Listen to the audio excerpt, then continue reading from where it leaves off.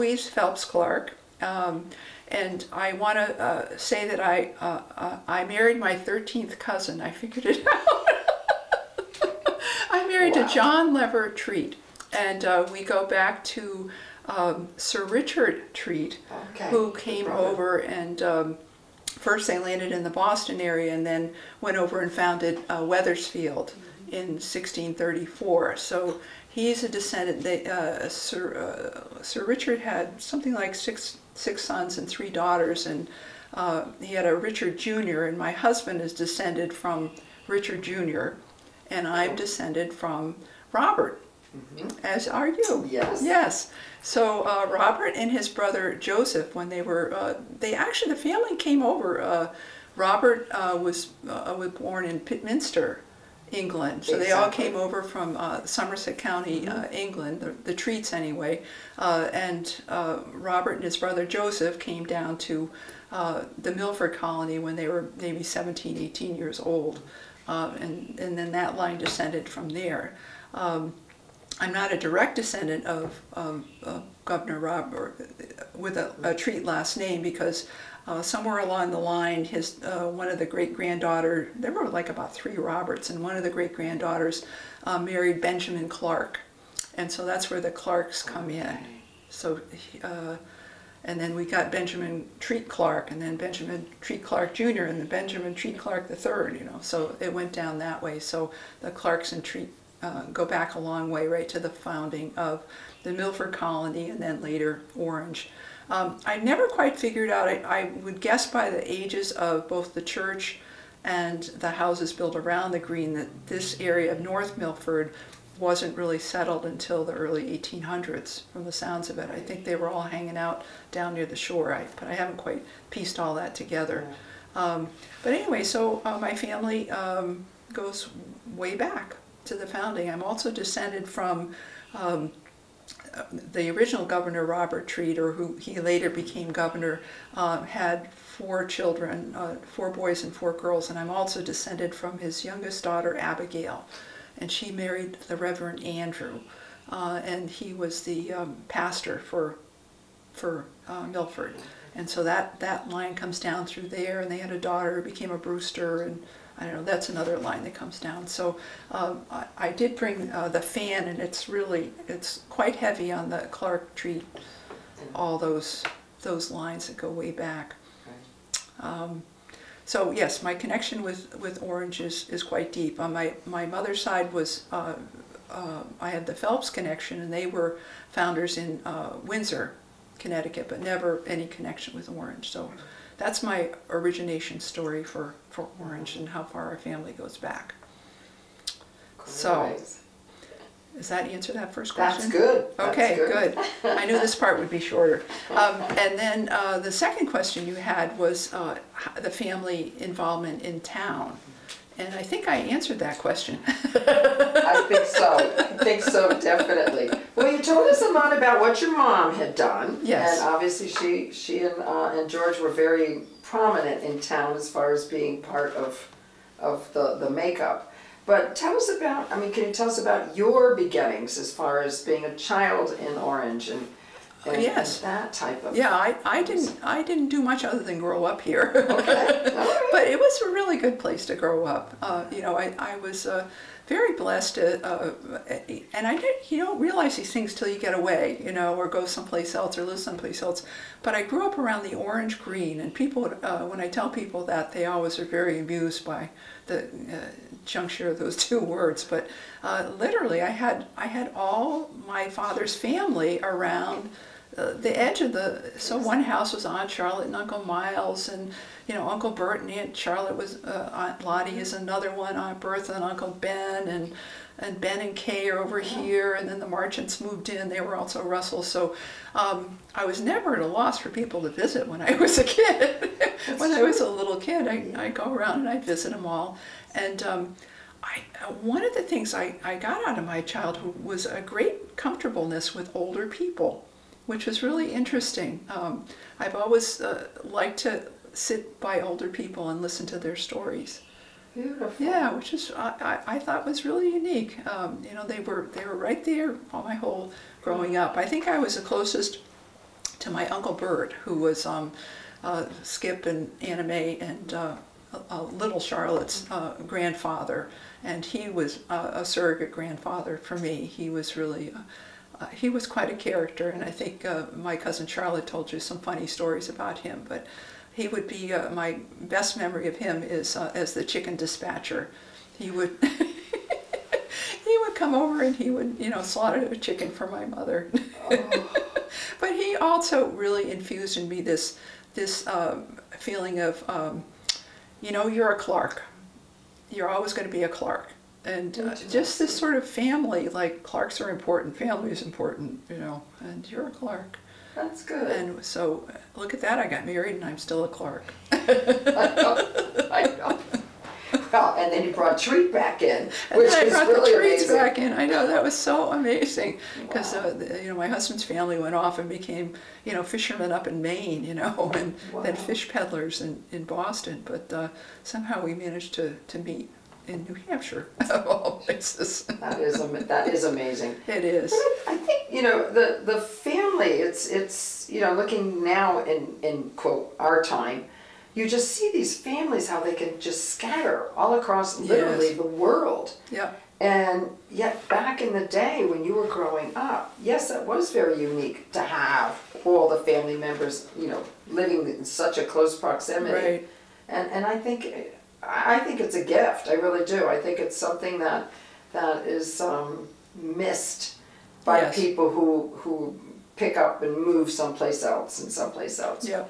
I think it really started, in the 50s with more mobility and 60s. Sure. And that kind of dispersal. And I mean, I moved away. I needed to grow and go other places too. But yeah, it was a great place to grow up. I have some very fond memories of, particularly wintertime memories and skating, which is something that most people don't. I don't know if Orange even has ice in the winter anymore with the changing climate. But we would go over to the Clark Pond, which is behind the Benjamin Treat household off of, let's see, Tyler City Road. Tyler City, okay. Yeah, and it's off in the woods there. And we'd go there and I was tagging along after my older brothers, and they would set up all these pickup hockey games, and all the cousins and their friends would come, and I was always the little sister, and we'd go over. They would bring over an old kitchen chair, and I would sit on the kitchen chair, and they'd push me around Excellent. on the kitchen chair, and then. My other fond memory is also ice skating down in the swamp right behind my mother's house, right on Meeting House Lane. Okay. And at that point it was more open, and they'd have pickup hockey games there. And there are these wonderful hummocks that are all dotting around there. And as a little girl, I would go skating around between all the hummocks, and they would become imaginary playrooms. My imagination would just play with, just going around and that. And there was sledding, and then one year, my brothers, we had enough snow, again, a missing commodity in southern Connecticut, but we had enough perfect snow for them to build an igloo. And that was really special, to have my own personal igloo, because I was about the only one that could fit in it.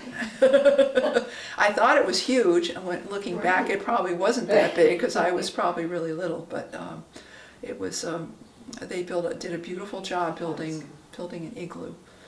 And I got to try it out. So those are some really nice memories of growing up in Orange. Good. And now you went to school in as you said, Orange? Yes. Yeah, okay. I started out at Mary Tracy for a couple of years, and then we went down to, then they opened up High Plains.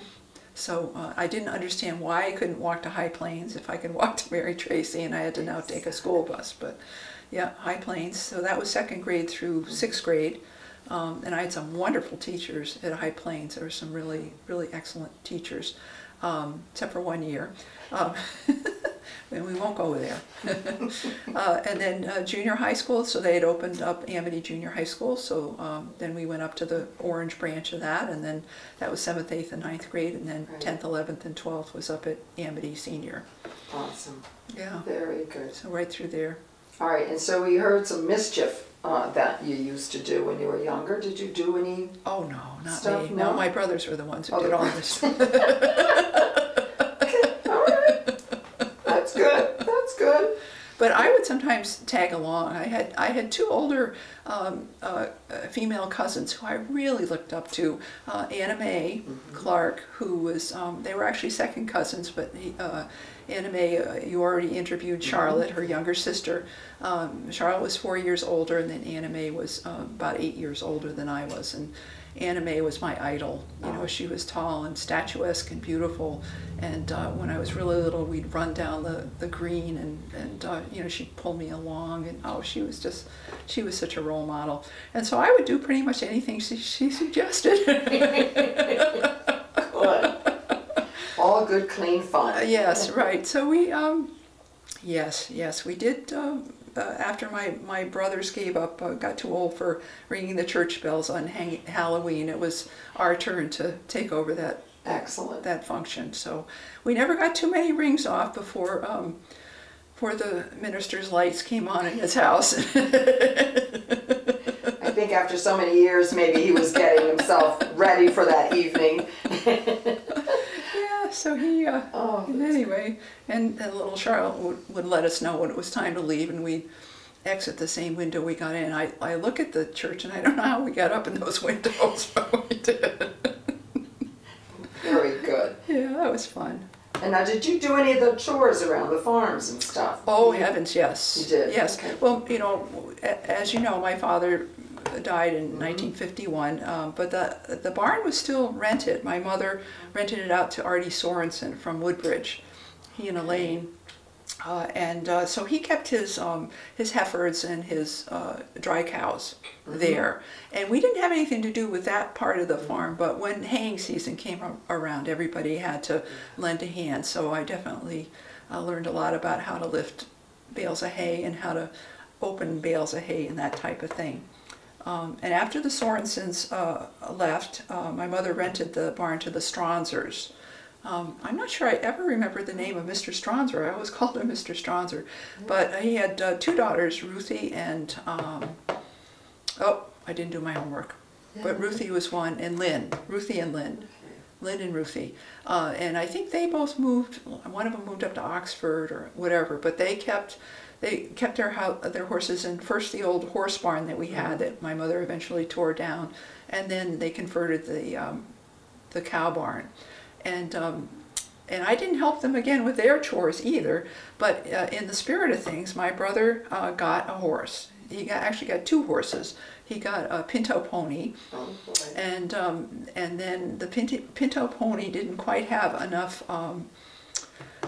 MPGs, or not MPGs, horsepower. That's right. Didn't quite have enough horsepower. So then he upped it to a little quarter horse named Sheba. So the pinto pony went, and then he had this quarter horse named Sheba, and Sheba was very fast quarter horse, and he eventually tired of her because he really wanted some other kind of horsepower, and so he got into cars. Right, and so this horse was kind of languishing, and my mother's like, well, what do we do with this horse? And I said, I'll take it, I want to do it. So, you know, at the age of 7 or 8, I started to haul water because there was no water in the barn, and you know what it's like, and feed the horses and muck the stalls, and I really credit that with a lot my sense of responsibility for taking care of others and other creatures and other beings. That's you know, for sure. Definitely that whole stewardship thing of caring for another not human being, but you know, another being. Right, you know, and it was much different than a dog. Right. Yes, the dogs can kind of come and go, and you're supposed to take care of the dog, but your mother really does, you know, kind of thing. Exactly. But the horse was like, oh, this is really... And the horse was quite wild. She had gotten out of pasture and gone down Meeting House Lane all the way to the Parkway. Oh, boy. And got hit by a car. And the car was demolished, but she wasn't. Oh, but she had cuts and bruises and scrapes. Johnny got her and walked her back. And she had just terrible, you know, trauma from the impact in terms of her ability to adjust to the sound of any car. So any car would come and she would, you know, take off and be wild and skitterish. And she was totally skitterish the rest of her life, except for, and we have to thank, this is where Mr. Stranzer comes in, he and his daughters were involved with 4-H. And so at, age 9 or 10, they started to try to help me with this horse and help me ride her.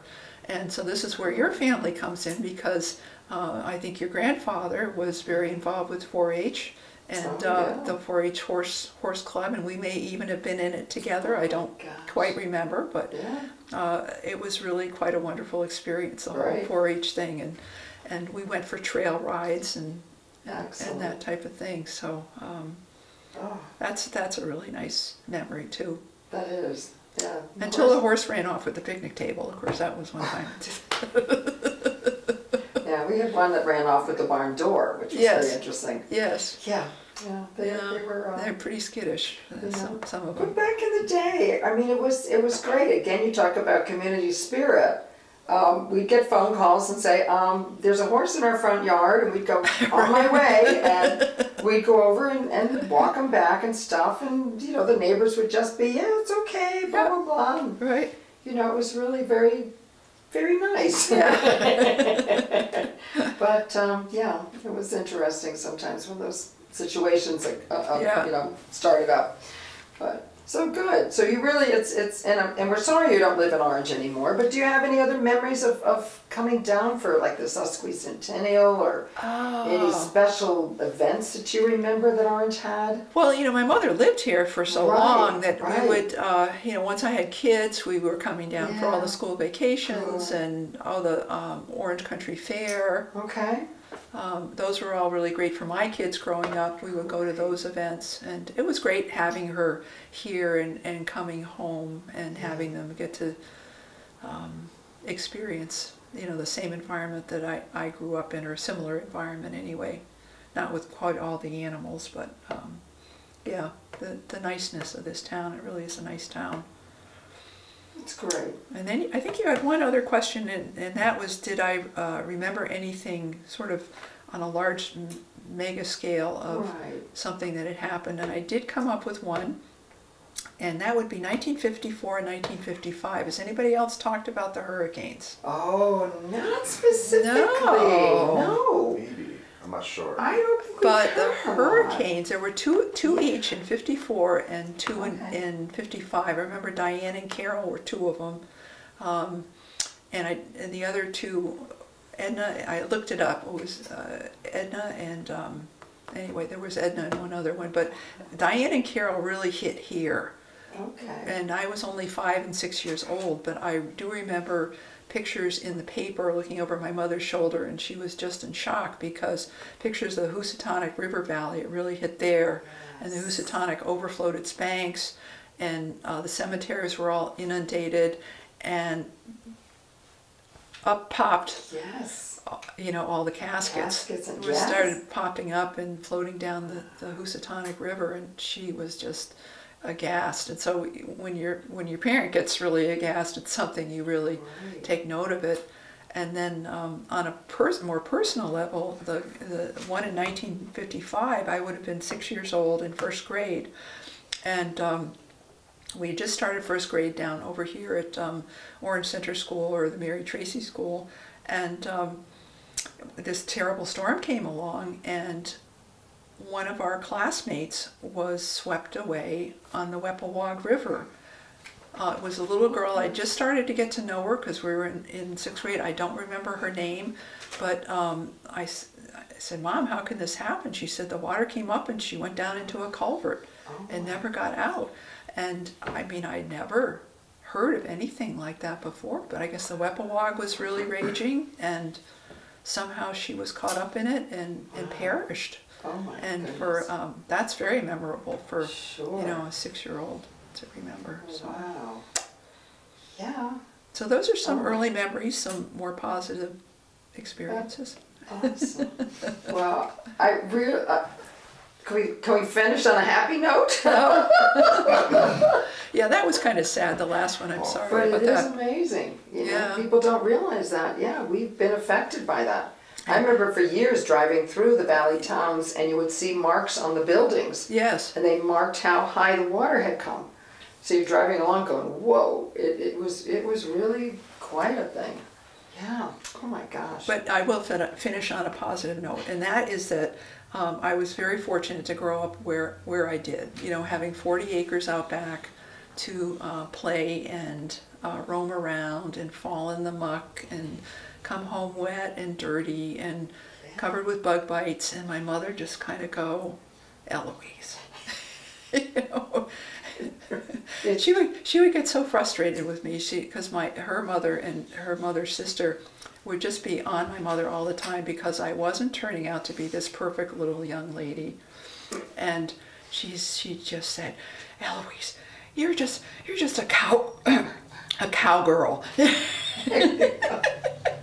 And there's nothing wrong with that. Absolutely. So I learned to be a cowgirl here, you know, and I learned to love the outdoors, and I carried it into my adult life. I mean, I'm very passionate about anything to do with nature and land conservation, and I actually got to make a career out of it. So, I mean, how lucky is that? Very good. Yeah. Well, I can't thank you enough for coming down. And it's been a joy listening to all the stories, yes, for sure. You're very welcome. And I really, it's another piece of history that I think we're very proud to hang on to. Yes. And preserve it so that others can definitely enjoy it as well. Yeah. So very thank good. you. Well, you're very welcome.